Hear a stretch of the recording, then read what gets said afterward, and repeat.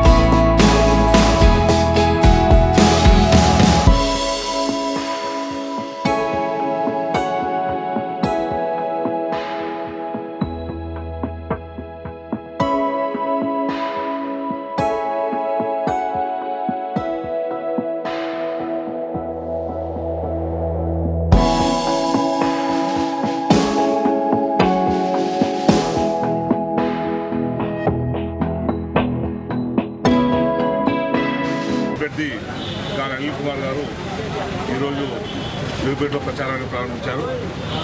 పోచమ్మ గుడిలో పూజలు నిర్వహించి ఈరోజు ప్రచారం నిర్వహించడం జరిగింది. ప్రతి షాపులో కూడా వెళ్ళి అట్లాగే ఇంటికి వెళ్ళి ప్రచారాన్ని నిర్వహిస్తున్నాం. కాంగ్రెస్ పార్టీ ఏదైతే హామీలు ఇచ్చిందో ఈ ఇచ్చిన హామీల్ని ఈ 5 నెలల కాలంలో తొంగలకు తొక్కి ప్రజలు ఇచ్చిన హామీల్ని పట్టించుకోకుండా మేము ఇస్తామని చెప్పి గ్యారంటీ పేరు మీద బాండ్ పేపర్ కూడా రాసిచ్చి ప్రజల్ని మోసం చేసింది. వాళ్ళు ఇచ్చిన హామీలే కాదు, కేసీఆర్ గారి ప్రభుత్వం మా ప్రభుత్వం ఏదైతే అమలు చేసిందో మేము అమలు చేసిన పథకాలను కూడా కంటిన్యూ చేయలేని దుస్థితిలో ఈ కాంగ్రెస్ పార్టీ పాలన నడుస్తుంది కనుక ఈ పాలన తీరును వివరిస్తూ మళ్ళీ కాంగ్రెస్ పార్టీకి బుద్ధి చెప్పాలంటే కేసీఆర్ గారి నాయకత్వంలోని టీఆర్ఎస్కి ఓటేయాలని చెప్పి మేము ప్రజలకు వివరిస్తున్నాం.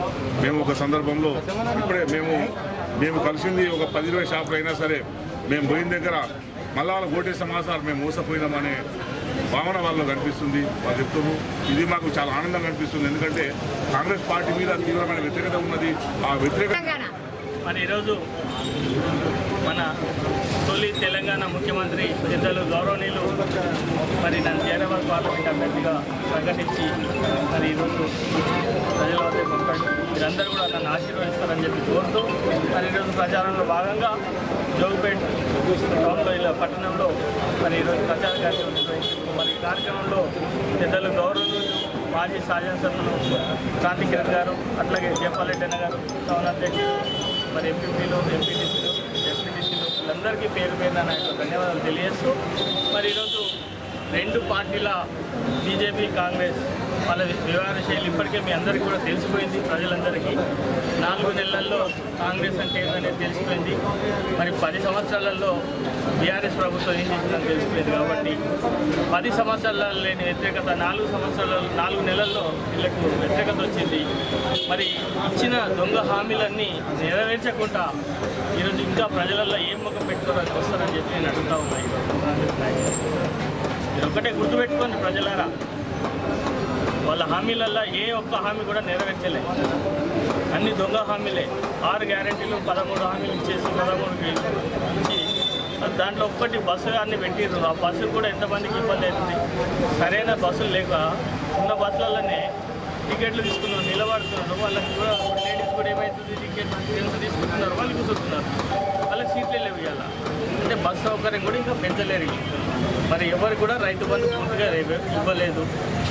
6 గ్యారెంటీలలో మరి 2500 కూడా ఇవ్వలేదు. పక్క జిల్లాలకు స్కూటీలు ఇవ్వలేదు. పింఛన్ 4000 రూపాయలు